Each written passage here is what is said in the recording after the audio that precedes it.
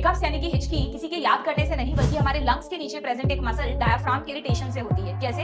Diaphragm का function है हमें ब्रीदिंग में हेल्प करना। डायफ्राम के कॉन्ट्रैक्शन और रिलैक्सेशन से लंग्स में मूवमेंट होते हैं, प्लस हमारे वॉइस बॉक्स में प्रेजेंट वोकल कॉर्ड्स में भी मूवमेंट होते हैं। यूजुअली ये तीनों चीजें बहुत ही कोऑर्डिनेटेड वे में मूव करती हैं, बट अगर किसी भी वजह से डायफ्राम को इरिटेशन होगा, यूजुअली ये इरिटेशन होता है स्टमक में ब्लोटिंग की वजह से। और ब्लोटिंग क्यों होती है? कई बार ओवर ईटिंग की वजह से, कुछ कार्बोनेटेड ड्रिंक्स की वजह से, या कई बार एक्साइटमेंट या स्ट्रेस में भी ये ब्लोटिंग होने लगती है।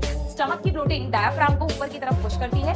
इसके अनयूजुअल पुशिंग की वजह से हमारे वोकल कॉर्ड्स में एक अनकोऑर्डिनेटेड मूवमेंट शुरू हो जाता है। ये अनकोऑर्डिनेटेड मूवमेंट ही हमें हिचकी के साउंड के रूप में सुनाई देता है।